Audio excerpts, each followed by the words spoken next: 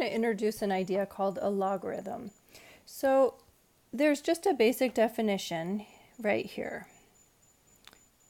Y is equal to the log base b of x, and that's totally equivalent to the equation b to the y equals x. So let me kind of introduce this with some familiar ideas. If I had an equation like y plus 2 equals x, if I wanted to solve that for y, how do you undo addition? We would subtract, right? So we would have y is equal to x minus 2. Okay, so to undo addition, you subtract. If we had something like 2y equals x, I could just undo that multiplication, divide by both sides by 2, so that equation would be equivalent to y equals x divided by 2. Now if I had y squared equals x, I could take the square root of both sides, and so that would be equivalent to the positive or negative square root of x. So similarly, if we have an equation like b to the y, some number, b is just some number, is equal to x, that can be rewritten as y is equal to the log base b of x. Okay, so that's a definition, and I'm going to show some examples so it doesn't feel so foreign to you. But that is your basic definition of logs, and it's just an equivalent equation. So just like these are equivalent, the same thing to get at, to kind of undo this exponent here, we would need a logarithm. So let's do some examples. All right, so I can rewrite from an equation with logarithms into an equation with exponents. Okay, so the base, that is the number that is taken to a power. So here's our exponent, and then this is like our answer. Okay, so if I'm rewriting that in terms of exponents, it would be 4 to the power of 2 is equal to 16. So here's our base, and here is our exponent, and then what you're taking the logarithm of, that would be the answer to the exponential equation there. Okay, so let's try another one. Okay, 8 is our base, so it would be 8 to the power of 0, and that would be equal to whatever you're taking the logarithm, that would be the answer to that exponential equation. So 8 to the 0 is equal to 1. Okay, so whatever the base is, that's what you're taking to this exponent. So 23 to the 0 power is equal to, okay, that 1 is the answer to that exponential equation. All right, so that's kind of how these go back and forth. Now let's try it going the other direction. Okay, so now we're going to write each of these in their logarithmic form. So I have the number that's taken to an exponent, that's the base. So it would be log base 2. The answer to the exponential equation, that is what I'm taking the log of. Okay, and then the exponent is you know what you get when you take log base 2 of 16.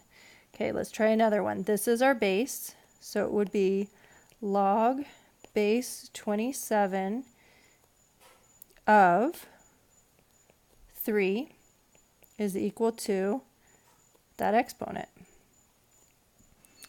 Okay, so again, whatever you're taking whatever that base is, you're taking the log of that with using that base of to the log base 1/4 of 16 is equal to the exponent.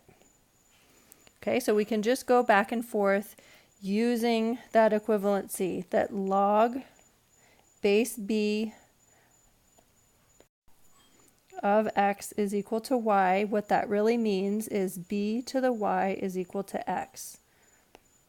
So b to some power is equal to x. So there's some general basic properties of logarithms because of their definitions. So if I have on this first one, okay, log base b of 1 is equal to 0. What that means in the exponential form is, here's my base, so that is what I'm taking to the exponent of 0, to the 0 power. That's equal to 1. It doesn't matter what your base is. You could have 3 to the 0.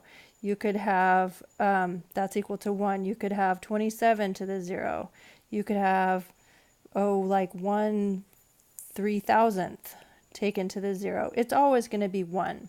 Okay, so that's your first basic property of logarithms.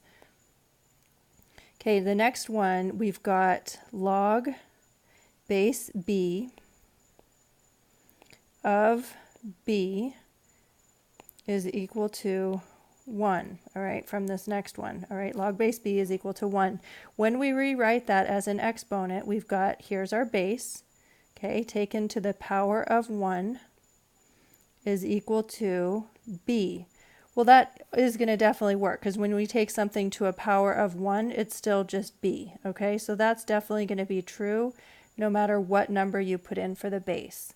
Okay, so that's our second one. Now, if we are looking at that third one, again, we're just using our definitions here. Log base b of b to the x is equal to x. Here's our next one. Okay, so using the definition of how I can rewrite that, here's my base, here's my exponent, okay, and that's equal to whatever I'm taking the log of. Okay, that is the answer to the exponent. Well, that's true, right? No matter what your b is, that equation is true. So that's the third basic property of logarithms. Okay, and then if we have something in an exponential form, this next one, the base is b, and that's being taken to the power of log base b of x. All right, and that is equal to the answer to the exponent equation.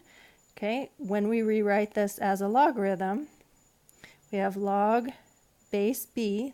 Okay, so log base b is equal to, of our answer, so that's our of x, is equal to the exponent. And that's just true, right? There we go. Those are exactly the same. Those are true, no matter what b is. So there's our next one. So these really are just because of the definitions of what logarithms actually mean. Okay, but these are useful properties for logarithms to understand and to know.